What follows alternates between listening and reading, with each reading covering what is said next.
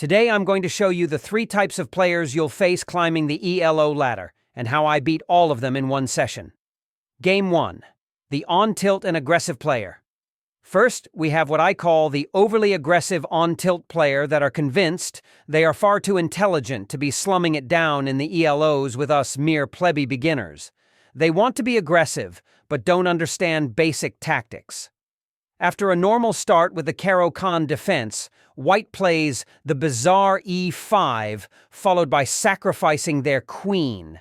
This is peak confused aggression. They think they're being clever, but they've just thrown the game away. I calmly recapture, develop my pieces, and then show why you never give up your queen for pawns. Next up, we have the nervous wreck at 700 ELO. Now, these players actually know a thing or two about chess theory. They understand development. They know you shouldn't move the same piece twice in the opening. They've probably watched a few YouTube videos. The problem? The moment any real pressure gets applied, they absolutely crumble like a soggy biscuit. The game starts perfectly normal, standard stuff. I play D4 to challenge the center, and so far, so good. But then I push D5, and you can practically hear the panic setting in. Black starts making these weird, desperate moves, trading knights in the center, then getting their bishop pinned. But here's where it gets beautiful. I castle to safety, start building pressure, and then, oh, this is good. I push E5. This is the moment the nervous player's brain just shuts down. Instead of dealing with the pressure calmly, Black's king decides to go on a little adventure. First to D7, already sketchy, then to C7 after my queen check. Definitely not ideal.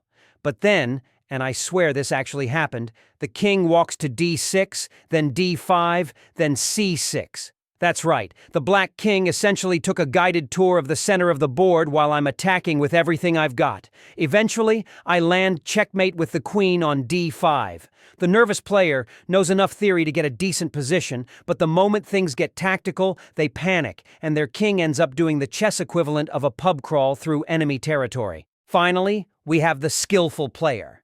Now, this is the most dangerous opponent because they actually have some genuine chess skills. They understand piece development, they know their basic tactical patterns, and they can punish your mistakes if you're not careful. The problem is they're just skilled enough to get themselves into trouble. The game opens normally enough. E4, E5, knight to F3. But then Mr. Skillful plays pawn to H6, and I'm thinking, okay, slightly odd but not terrible. Then comes queen to E7, bringing the queen out early. Now this is where the almost there player shows their true colors.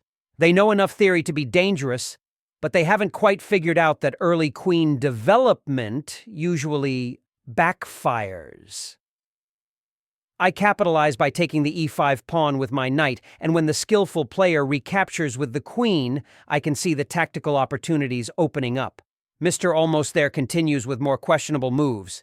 Bishop to A3 trying to be clever, then B5 getting aggressive on the queen side. Here's the thing about Almost There players. They can actually play decent chess for stretches, but they have these moments where they overestimate their position. My opponent keeps making these semi-reasonable moves that look okay on the surface, but create serious weaknesses if addressed correctly. The game builds to a crescendo where I've got a dominant position, and then I land the knockout blow, queen check, forking the king and winning the rook. The skillful player, realizing that all their almost clever moves have led to disaster, promptly abandons the game. The Almost There player is the most frustrating opponent because they make you work for it, but ultimately their almost good enough chess knowledge becomes their downfall. And there you have it. 70 ELO points in 3 games by understanding your opponent's psychology. Know the player type, exploit their weaknesses, and climb that rating ladder.